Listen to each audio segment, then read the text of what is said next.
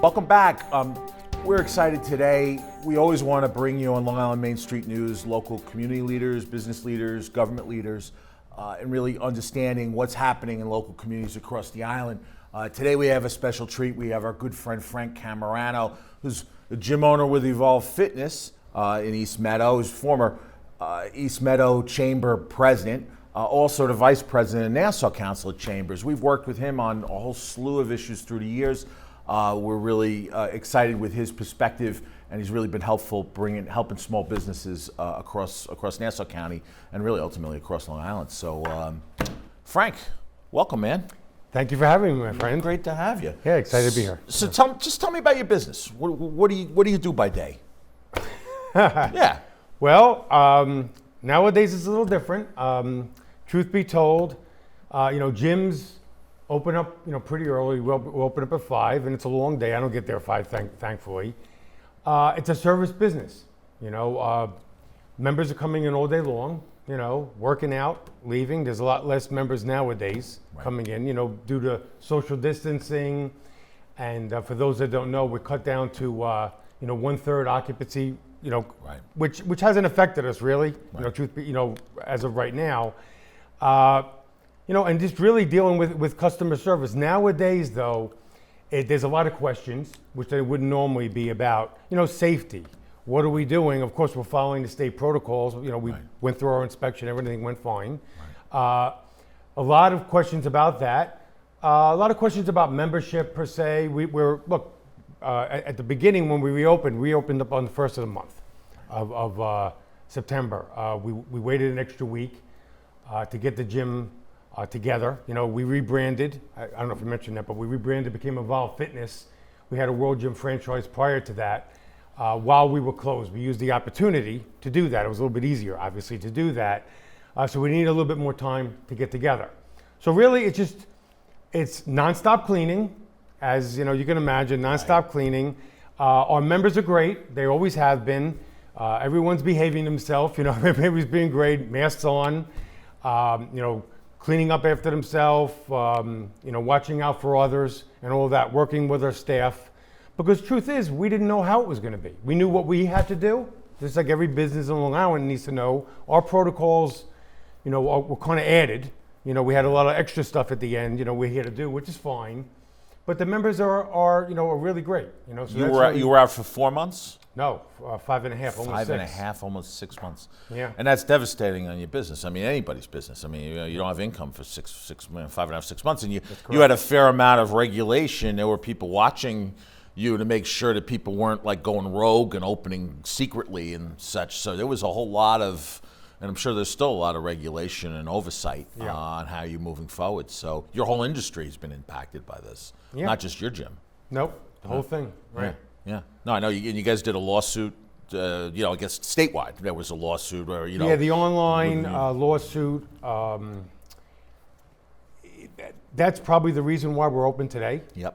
I would think so. I mean, we would have eventually been opened. I don't know about now because, the truth is, it wasn't looking, when we found out we were going to open up, I think it was the 24th of October, that we could open maybe not even a week before that. It wasn't looking good. It was looking like maybe October-ish, mid-October. I'm just shooting at a date, and all of a sudden there it was. Now, were you able to hire some people back, like some of your old employees, or did you lose some people and had to hire some new folks? Like, how does your staffing work? I mean, that's got to be really tough. You trusted people that are part of your team.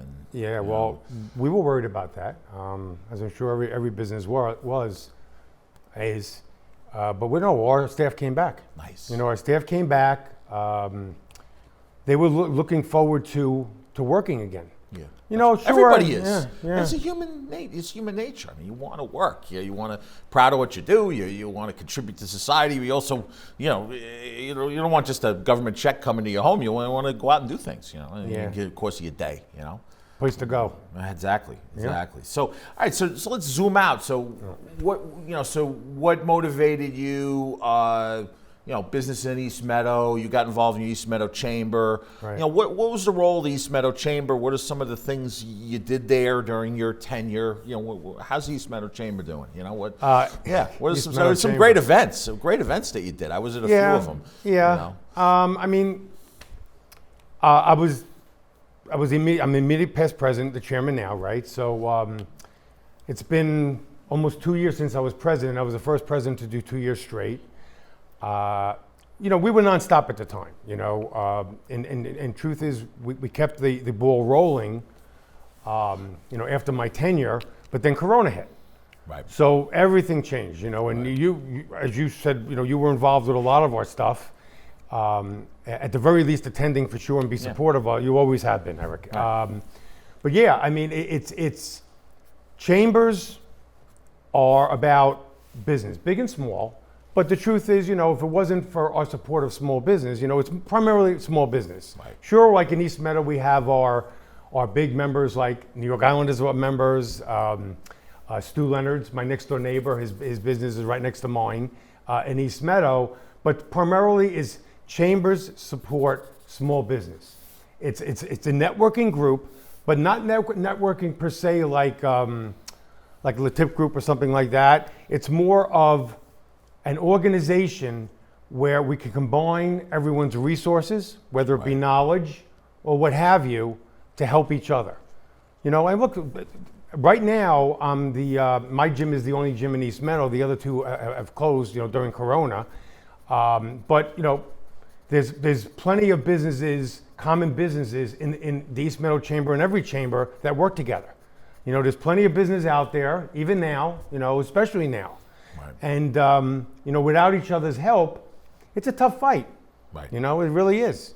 And that's where I see, chambers, vision of where to be, whether on a county, at any level, and East Meadow, I mean, look, we always have pride in what we're doing, right? And our home base is East Meadow, and I have to, not be careful what I say, but, human nature is, East Meadow Chamber is great, but we are, but the truth is, all the chambers are great in their own right. That's right. Yeah. And, Long Islanders love their local community. Long Island's a community of communities, right? I mean, people have the pride in their individual community. Every time I go to chambers, there's always this like pride. It's like you stick your chest out. You're like, it's East Meadow Chamber, Franklin Square Chamber, or whatever, Patchogue Chamber, Port Jeff. It's just there is that kind of beaming, that communities have.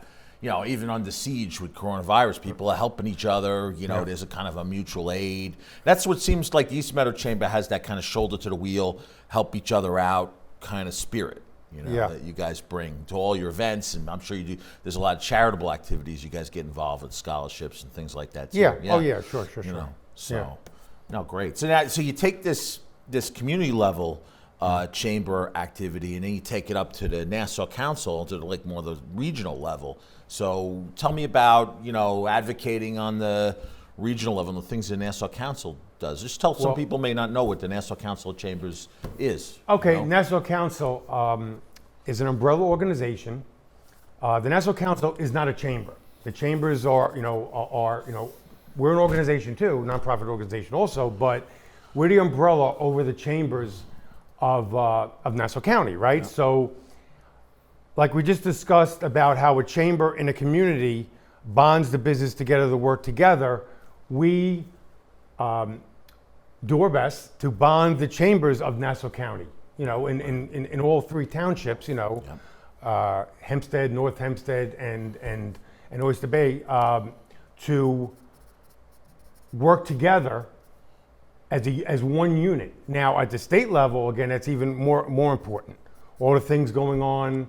Our organization, the Nassau Council, and of course, Vision Long Island and all. We're the ones heading upstate. Yeah. We're the ones that even locally, that'll probably be more so, I guess, recently more local stuff now because of Corona, I would think, at least for the time being, representing the needs of Long Island, in general. I mean, they do the same out in Suffolk. They have their own organizations out there. They're great out there as well. Yep. Right. So some of the things you guys do, I know you guys have monthly meetings with all the different chambers. You get to hear from all the, and you've really been doing this. You've been going out, doing outreach. You've been showing up at different chambers. Tell me maybe some of the things you're hearing, because you go out to all these different chambers. You have them all in your round tables, or probably now in a Zoom. Yeah. What are you hearing from folks? What are the chambers saying? What are their biggest concerns right now? Well, there's always a topic about restaurants. Right. It's always, it's restaurants. It's yes about Corona too because of the shutdown, but the truth is, on a chamber level, there's only a certain percentage of members of a chamber that are restaurants, right? But restaurants are like a communal get-together. Yep. There's a lot going on in restaurants. I like to say it's with gyms, but the truth is, it's not like how it is. It's about restaurants. Without restaurants, it's kind of like, it's not just like where do we eat or what do we do. It's like a feeling. Right. It's kind of like a home base. I mean, like in East Meadow, we have like Borelli's is one of them. Right. They're right next to the Coliseum. They're always in the news and all. But it's about the support of the businesses and their concern over occupancy of restaurants. When are they going to open? Are they going to be on the streets? What's going on? I know Joel is the president of Mineola Chamber, and Mineola's got tons of restaurants, so we're always talking about that, what they're going to do to try and help restaurants. That, and of course, members. What does a chamber do, to keep their membership? Let's just face it, just like my members of the gym and all, times are tough. And how do they approach their members? To keep them on board. We need membership in a chamber to keep the chamber going and to grow, right? So they're concerned about that. But chambers are a business, just like any other business in a way, right? So, and a chamber is a service business, right? So, as long as, and they're doing this, they're really, really doing this. They're keeping an eye on the ball. And not just for Corona. I'm going to tell you, and I'm really proud, and I learned a lot about the other chambers being on a county level, because even though I knew a lot of people on chambers that were near us, near East Meadow, the truth is they're really on the ball, helping right. Their members, and that's what it's all about. I wasn't that concerned about it because I knew what they were capable of. Yeah. I guess they're in the middle of their community, and I'm out. Like you, not as much as you, out and about more, and they're really pulling it in. The members are staying on board, members are joining. It's really looking good for them. I'm happy about that. I think a lot of people who look at Long Island from the outside in or from the top down don't really understand the value of organizations like chambers, and chambers probably do it the best because they pull in all the small businesses. They connect to their community members because they need them as customers too. And they connect to their elected leaders on the local level. Right. And then on the Nassau chamber level, you really help bring all those local chambers a voice on a higher level, So it all kind of makes sense. It's just interesting because sometimes people don't fully understand the role of a chamber or advocates for chambers. No, it's just very important that since Long Islanders is so community-based, that all those community voices get lifted up, and that's exciting that you're part of that. You have been for quite some time, Frank. You've been great advocate. Thanks. So moving forward, what can people do if someone's watching this? What can they do to help small businesses on Long Island, like in real time? Give us a couple things. What should folks be doing right now? Well,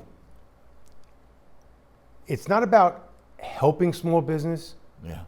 It's about not forgetting small business. They're there for a reason. There's most of the communities are hamlets, not by number, but even still, whether it's a village, a city, a hamlet, whatever, they're there because there's a need. There's a need of the community. Unless I mentioned restaurants, but whatever business it is, there's tons of service businesses, buy products and all. You're not gonna, people, when it comes to like say Amazon. Right? And bring up the A in the room, right? Amazon. Yeah. But the truth is, look, they serve a purpose too, right? Okay. The small businesses in your community. Now, the impact of Corona, was, I don't want to leave my house. I can't leave my house. What happens if I leave my house? So what do? Well, I get on the computer and stuff gets delivered to my door. I can understand that initially. But things that, we can see, look around, that's changing. When I say, I'm not going to suggest, I'm not going to not suggest, got to watch what I'm saying, but, don't go buy it like Harry's hardware store because Harry needs your help. I'm saying Harry's there and, his hardware store has been there for like 60 years. Right. And there's a reason why Harry's there. Not because, your family and your family's family has been supporting Harry. It's because Harry's been supporting you guys in the community. Yeah. Harry's, if you need a certain product, I don't want to get away, I love tools, so I don't want to get away about tools, but, he'll get that for your community because he knows the needs of your community. Just like whether it be any other business there. But also what Harry's going to do is Harry's going to also sponsor a baseball team for your kids. Harry's going to be a member of a chamber of commerce where, his membership and his support of that chamber, all of a sudden now, a lot of people don't realize it. You mentioned it, I believe, a few minutes ago, scholarships to the kids. Yeah. Where I'm not going to say, the larger companies and the online companies don't do that because the truth is, I don't know if they do or not. But I know that the local businesses do. Yeah. And then some. And there is a business that I bet you, I'm sure now too, but there's been a lot of years where, times were tough, not just now, and they still reached in their pocket. Well, we're not seeing corporate philanthropy from big corporations. We're just not seeing it. The big guys don't have, in most cases, aren't involved in local communities out here, and it's really been the local chambers and the small businesses. They've always been there for the PTA, the Little League, every community association, food pantries. You go down the line, and now's the time you feel it's time to be there for the small businesses too. It's a symbiotic relationship. It's like everything. It's a two-way street. And that's what you need to have a community. No, so definitely I would. So shop local. I think that's what you're saying, right? Yeah. Well, stay local all the time. Yeah. We hear it so much. I kind of like. Yeah. But it's not an order. It's not, you see the stickers, and we have the stickers everywhere. It's not an order. And maybe it's a reminder. It's a reminder. I like that. Reminder. I like that. It's a reminder. I like that. Shop local, why the business is there. Remember why the businesses are there in the first place. Those are need. And if folks are out there talking to their elected officials, I know there's a lot of restrictions on local businesses right now. Do we think it's time to loosen up some of these as the coronavirus has been, still at the 1% level, infection rate? Do you feel could people remind their electeds to kind of go a little easier on these guys? Yeah, I think so. Yeah, it's time. It's time, right? I think it's been time. Yeah, a little overdue. Okay. Yeah, I think so. Right. Any more you want to jump in with before we close out? Well, if I say shop local again, that's like we just said it's good. Yeah, shop local. No. Well, yes, but. Personally, I've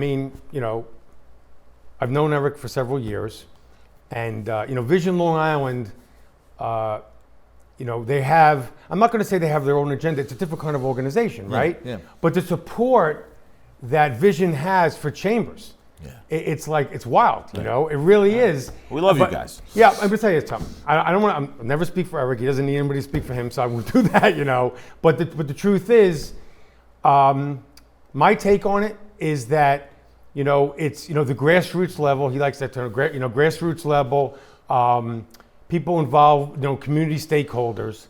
And unless you involve the communities and the businesses, local businesses and projects, it's all, about bettering communities and bettering Long Island, isn't it? Yep. Then, at the end of the day, we're all going to fall short. And, and chambers are an integral, I'm not going to say the part of it, but they're certainly an integral part of it. And I'm going to thank Eric and Vision Long Island for no, it's true, and it's been great working with Eric, and I look forward to the future. Thank you, my friend. No, thank you. I appreciate it. Glad to be here. All right. So great to have Frank with us. The Nassau Council Chambers, East Meadow Chamber, and Evolve Fitness, shop local. Talk to your elected officials about reducing some regulations to kind of allow businesses to thrive. And most importantly, really just get involved in these local organizations in the communities. Lots of great events. Lots of really, it's part of the richness of Long Island's downtowns. So thanks again, Frank. Thank you for having me. And closing out.